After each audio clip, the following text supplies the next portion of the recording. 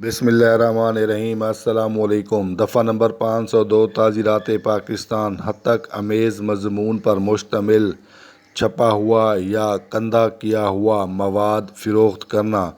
دفعہ نمبر 502 تعزیرات پاکستان جو کوئی شخص کسی ہتک امیز مضمون پر مشتمل چھپا ہوا یا کندہ کیا ہوا مواد یہ جانتے ہوئے کہ وہ مذکورہ مضمون پر مشتمل ہے بیچے یا بیچنے کے لیے پیش کرے تو اسے اتنی مدت کے لیے قید محض کی سزا دی جائے گی جو 2 سال تک ہو سکتی ہے یا جرمانے کی سزا یا دونوں سزائیں دی جائیں گی۔